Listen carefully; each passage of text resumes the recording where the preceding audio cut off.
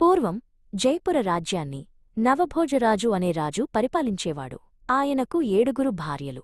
కాని ఎవరికీ సంతానం లేకపోవడంతో రాజ్యమంతా దిగులుగా ఉండేది. రాజు రాణులు సంతానం కోసం ఎన్నో నోములు వ్రతాలు చేశారు. చివరికి ఒక సన్యాసి సలహా మేరకు రాజు ఒక ప్రత్యేకమైన యాగం చేయగా శివుని దయవల్ల వారికి ఒక దివ్యఫలం లభించింది.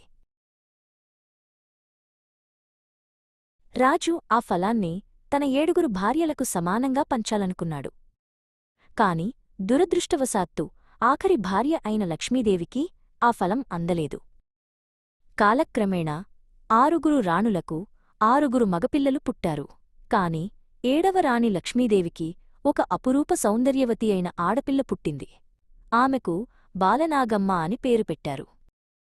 కాని బాలనాగమ్మ పుట్టిన వేళావిశేషం వల్ల రాజుగారు ఆమె ముఖం చూడకూడదని జ్యోతిష్కులు చెప్పారు. దాంతో కఠిన హృదయుడైన రాజు బాలనాగమ్మను మరియు ఆమె తల్లిని అడవికి పంపించివేశాడు. అడవిలో ఆ తల్లి కూతుళ్ళు కష్టాలు పడుతూ ఒక గుడిసెలో జీవిస్తుండగా ఒకరోజు శివుడు పార్వతి ఆ దారిన వెళుతూ వారిని చూసి వారి భక్తికి మెచ్చి వారికి ఒక సుందరమైన భవనాన్ని ప్రసాదించారు.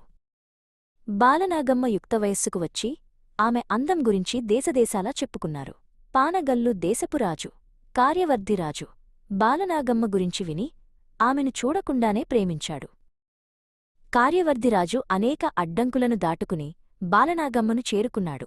తండ్రి నవభోజరాజు కూడా తన తప్పు తెలుసుకుని వారి వివాహానికి అంగీకరించి వైభవంగా జరిపించాడు. బాలనాగమ్మ అత్తవారింటికి వెళ్ళాక వారికి ఒక కుమారుడు జన్మించాడు. ఆ బిడ్డకు బాలవర్ధిరాజు అని పేరు పెట్టారు. వారి కుటుంబం ఆనందంతో నిండిపోయింది. వారి సంతోషాన్ని చూసి ఓర్వలేని మాయల ఫకీరు అనే దుష్టమాంత్రికుడు తన మాయాదర్పణంలో బాలనాగమ్మ అందాన్ని చూసి ఆమెపై మోజుపడ్డాడు. కార్యవర్ధిరాజు వేటకు వెళ్లిన సమయం చూసి మాయల ఫకీరు ఒక ముసలి సన్యాసి వేషంలో బాలనాగమ్మ కోట ముందుకు వచ్చి భవతీ భిక్షాందేహి అని బిగ్గరగా అరిచాడు. బాలనాగమ్మ భక్తితో భిక్ష వేయడానికి రాగా ఆ ఫకీరు, అమ్మా, నేను గీసిన ఈ గీత దాటి బయటకు వచ్చి భిక్ష వేయమ్మా అని మాయమాటలు చెప్పాడు.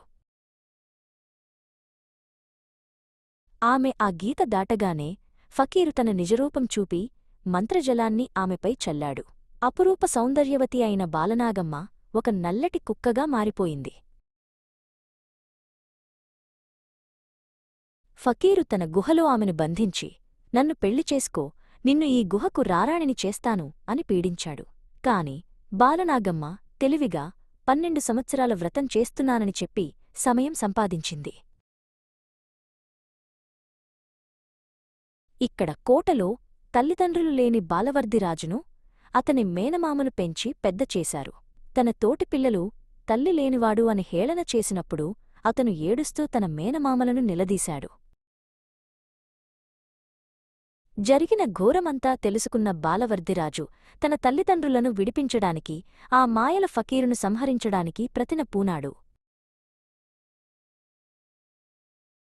ఎన్నో కష్టాలను దాటి బాలవర్ధిరాజు నాగళ్ల దొన గుహకు చేరుకుని తన తల్లి బాలనాగమ్మను కలుసుకున్నాడు. ఇద్దరూ ఒకరినొకరు గుర్తుపట్టి ఆనందభాష్పాలు రాల్చారు.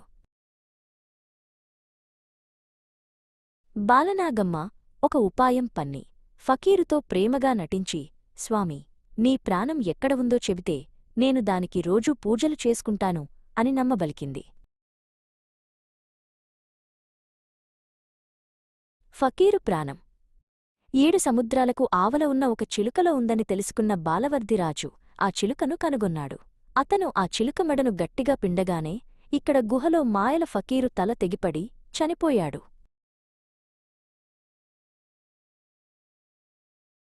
మాయల ఫకీరు చనిపోగానే అతని మాయలన్నీ తొలగిపోయి రాతి విగ్రహంగా మారిన కార్యవర్ధిరాజుతో సహా అందరూ తమ నిజస్వరూపంలోకి వచ్చారు.